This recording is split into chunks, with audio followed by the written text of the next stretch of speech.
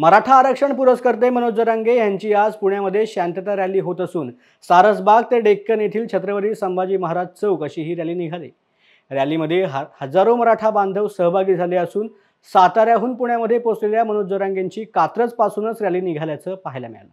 कात्रज ते सारसबाग यायला त्यांना तब्बल 3 तासाच्या वरती वेळ लागला। दरम्यान जमलेल्या मराठा बांधवांच्या भावना न्यूज अनकटने जाणून घेण्याचा प्रयत्न केलाय। यावेळेला मराठा बांधवांनी आक्रमकपणे आरक्षणावरती मत मांडत असताना सरकारला धारेवर धरल्याचं पाहायला मिळालं। जरांगे पाटलांची आज पुण्यात भव्य रॅली निघाली, काय भावना आहेत मराठा?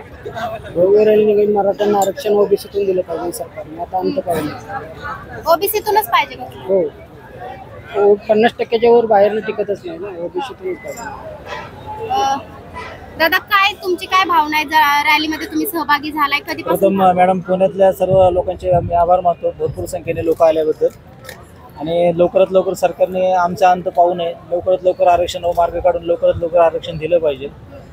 कारण सर्व गोष्टी सरकारला सर्व माहीत असून ते सरकार कानाडोळा करतं या गोष्टीवर। लवकरात लवकर त्यांनी आरक्षण देऊन मार्ग काढला पाहिजे, आता आमचा अंत उसळला तर सरकारला हे खूप जड जाईल।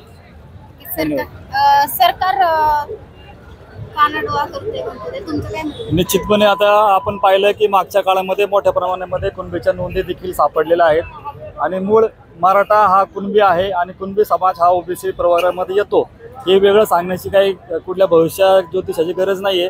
त्याच्यामुळे आम्ही आमच्या हक्काचं मागतोय। आमच्या कुणबी नोंदी सापडलेल्या आहेत आणि हे सरकारी दप्तरी त्याच्या नोंदी अधिकृतपणे सरकारने देखील जाहीर केलेल्या आहेत। आता येणाऱ्या काळामध्ये लवकरात लवकर त्यांनी हा विषय मार्गी लागावा, एवढीच आम्ही आज या ठिकाणी सरकारला इशारा देतोय की हा मोर्चाला त्यांनी हलक्यात घेऊ नये, नाहीतर